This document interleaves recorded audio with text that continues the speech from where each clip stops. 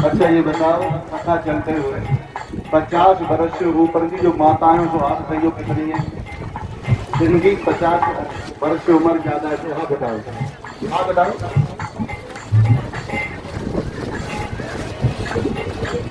अच्छा तुम में से जितनी ये बड़ी बड़ी माताएं, मुझे अपना बेटा कौन बना लेंगी, तो हाथ उठाओ। हाँ पीछे उठा रहे हैं, मुझे अपना बेटा मान लें। अरे धन्यवाद भैया, चश्मा भाई का 2 हाथ उठा रहे हैं। मैं किसी का हिस्सा लेने नहीं आऊंगा। मैंने कल बताया था, अभी हम आपस में कथा कर रहे थे।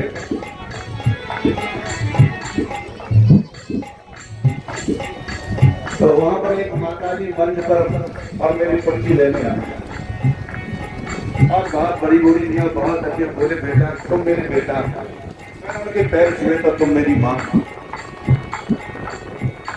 अच्छा जो 50 से नीचे की हैं, 2 हाथ उठाओ। जो बहन है कितनी हाथ उठाइए। और काहे के लेकर गए, 50 से ऊपर है तो नीचे सो काहे। अच्छा हाथ उठाओ, जो 50 से नीचे की वो हाथ उठाओ। चलो धन्यवाद। अपना मुझे अपना भाई बना ले वो हाथ उठाओ, मुझे कौन अपना भाई बना ले। धन्यवाद। मैं आप लोगों से एक निवेदन करूं, जो हाथ उठा रही है मुझे अपना भाई मानेगी, मैं उनसे कुछ मांगू और मुझे वो दे दे, सो हाथ उठाओ। मांगे कुछ,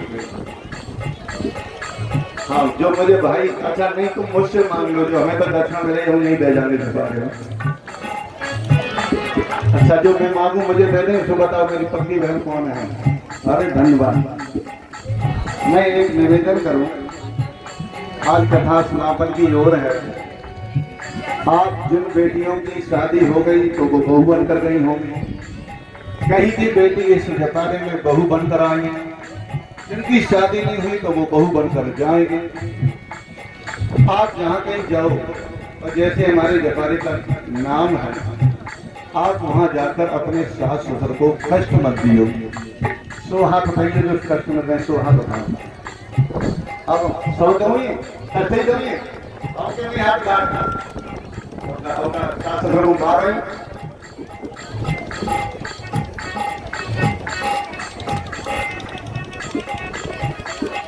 हाँ चलो, मैं जो निवेदन कर रहा हूँ, अपने सास ससुर को कष्ट में दें, 100 हाथ उठाओ।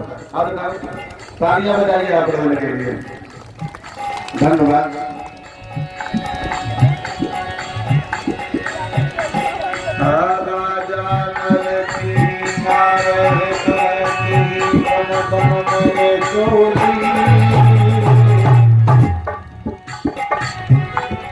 आपत्ति सब पर पड़ी, सुखदेव जी ने बनाया, भागवत में भी राजा नल का नाम है।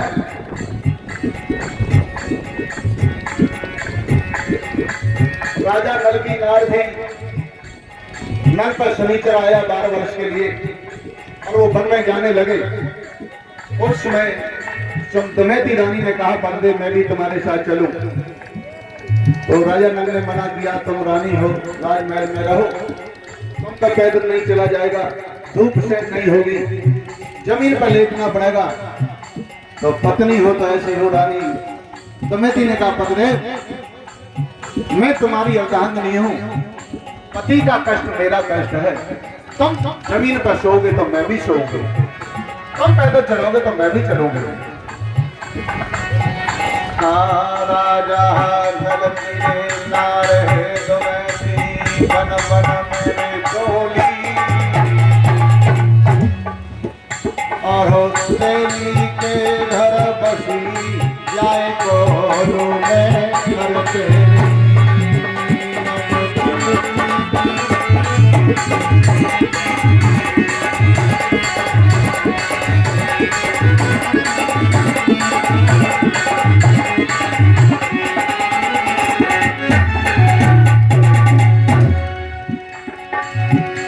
रंगनंदन तेली के यहाँ जाकर बसी, वो गारी तेल में गिरे सुनती, और अपने धर्म के साथ दुख तमन्ना मन में ना होती।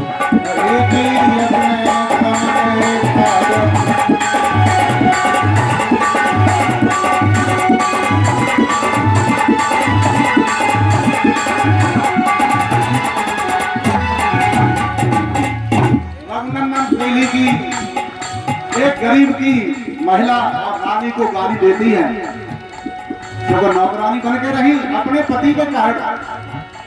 एक ढोला में लाल गाते थे, सरसों ओ सरसों फटके न जाने जिसने कभी सूर नहीं देखा था, नरवरगढ़ का राजा था, 14 विद्या का धनी था, जिस रानी ने कभी सूर नहीं देखा और एक नरवरगढ़ तेली की गाली देती है। माताओं, इन बातों को ध्यान रखना चाहिए कि उनकी जिंदगी कैसे कटी। और हम थोड़ी आपत्ति आ जाए तो अपने घर में ही बैठन कर देते हैं, सास ससुर को गाली बुला दिया, अपने पति से भी तलाक लेते हैं।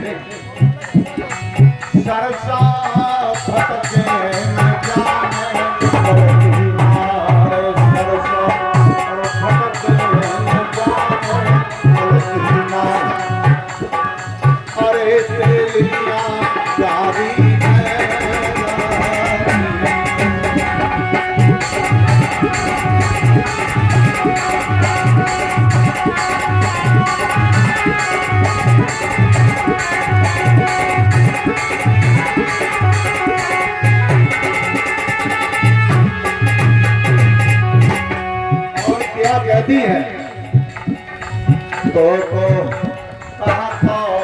सिखायो माई बाप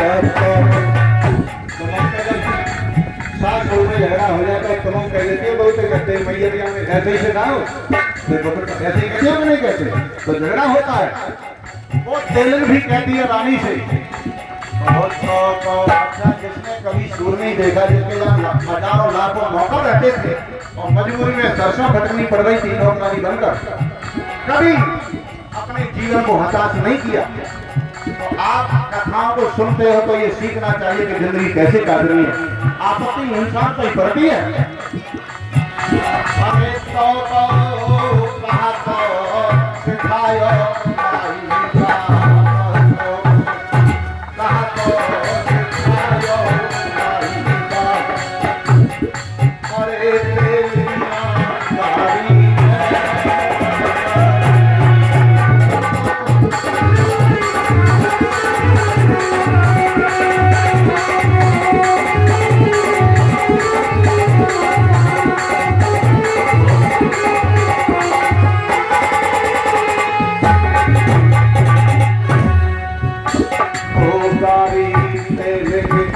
सुनती और अपने धर्म के काजत जगमैया मन में ना होती।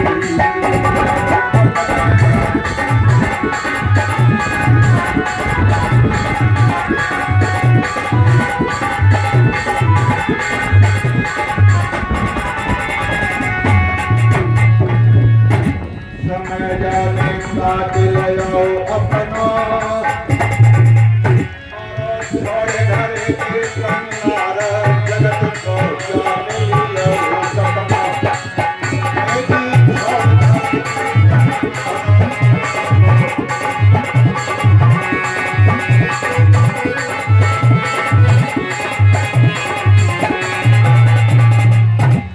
सनातन भारत की रे नारी